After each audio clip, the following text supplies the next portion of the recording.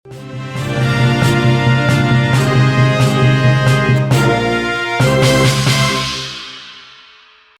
DKI Jakarta Anies Rashid Baswedan telah merampungkan pemeriksaannya di Komisi Pemberantasan Korupsi (KPK).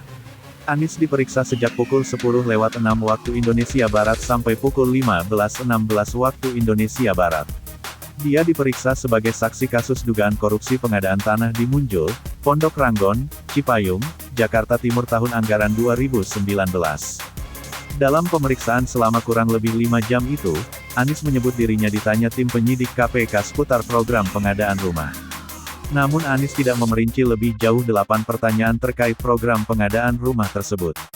Anies mengaku pemeriksaan sudah selesai sejak pukul 12.30 waktu Indonesia Barat. Akan tetapi ada beberapa proses yang harus diselesaikan olehnya selesai pemeriksaan.